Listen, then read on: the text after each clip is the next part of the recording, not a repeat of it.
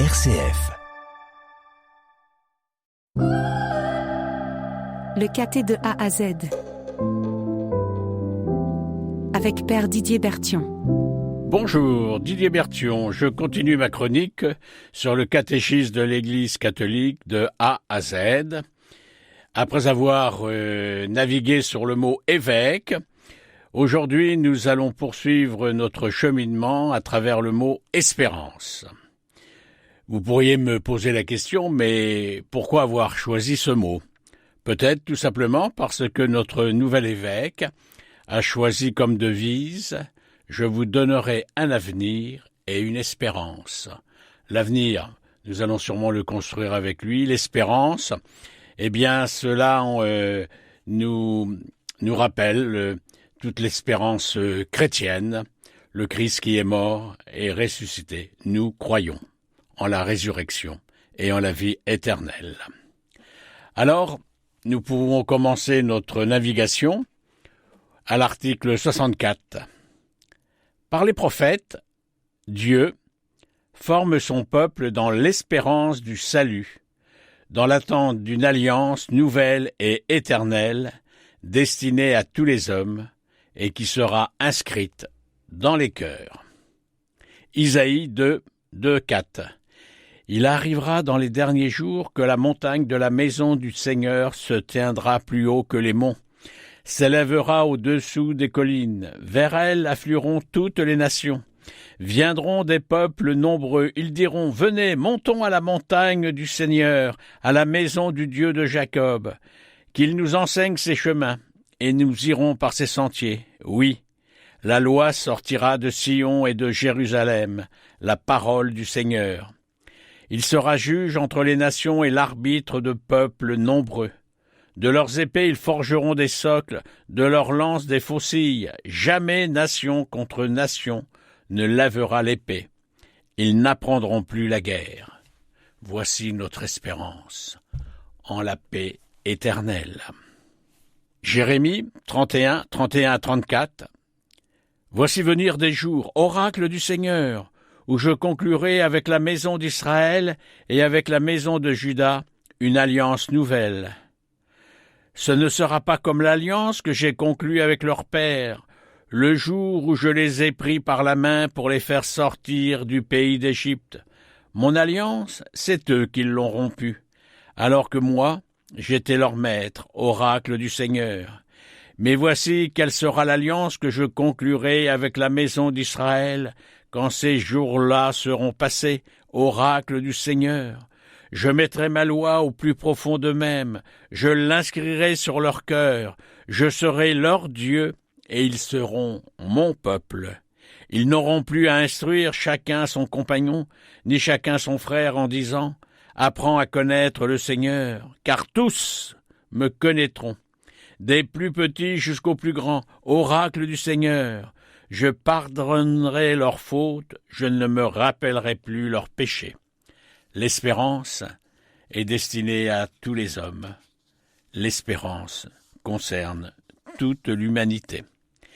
Les prophètes annoncent une rédemption radicale du peuple de Dieu, la purification de toutes ses infidélités, un salut qui inclura toutes les nations.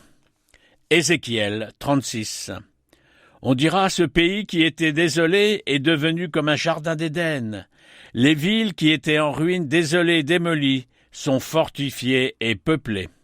Alors les nations qui subsisteront autour de vous sauront que je suis le Seigneur. Je reconstruis ce qui était démoli, je replante ce qui était désolé. Je suis le Seigneur. J'ai parlé et je le ferai. Ainsi parle le Seigneur Dieu. En outre, je me laisserai chercher par la maison d'Israël, afin d'agir en sa faveur. Les hommes, je les multiplierai comme un troupeau.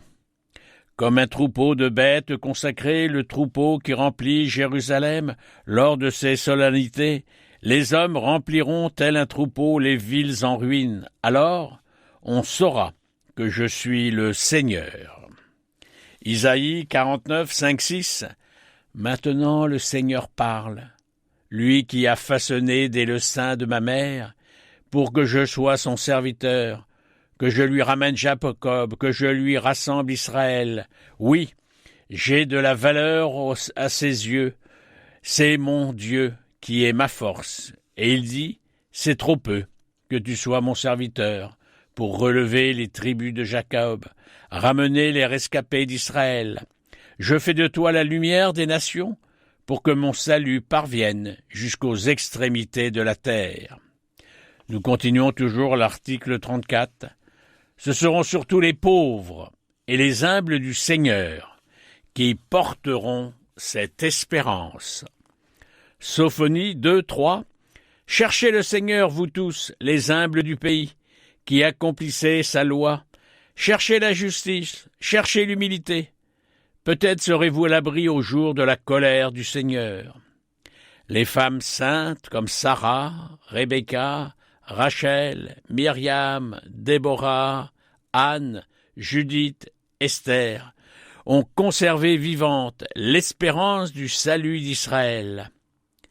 Et dans cette lignée de femmes, la figure la plus pure est Marie. Luc 1, 38. Marie dit alors, « Voici la servante du Seigneur, que tout m'advienne selon ta parole. » Alors l'ange la quitta. En ces jours-là, Marie se mit en route et se rendit avec empressement vers la région montagneuse dans une ville de Judée. Article 162. La foi est un don gratuit que Dieu fait à l'homme.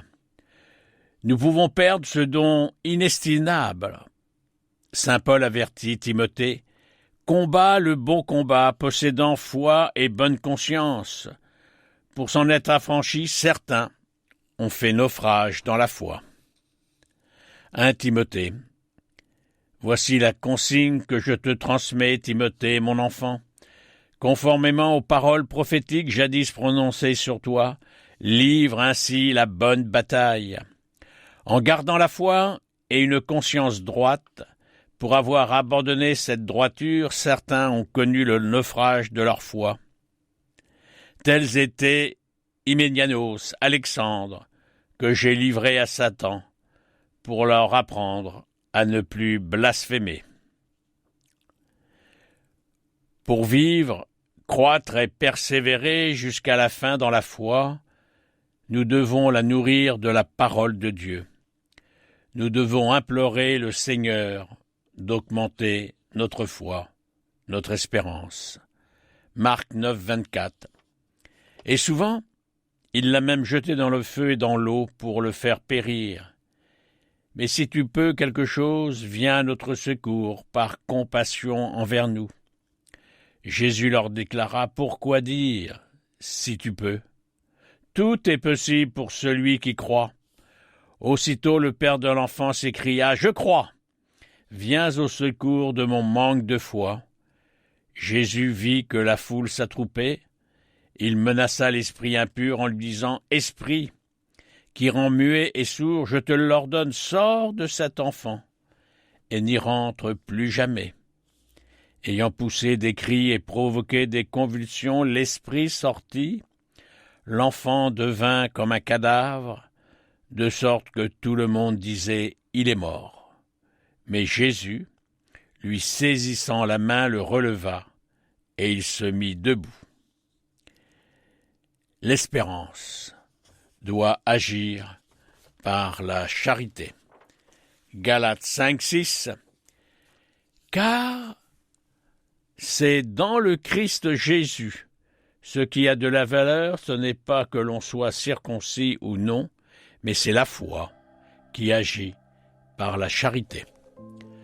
Nous arrêtons maintenant notre première chronique sur le mot « espérance » que nous poursuivrons dans quelque temps. À très bientôt. Didier. C'était le caté de A à Z avec Père Didier Berthion.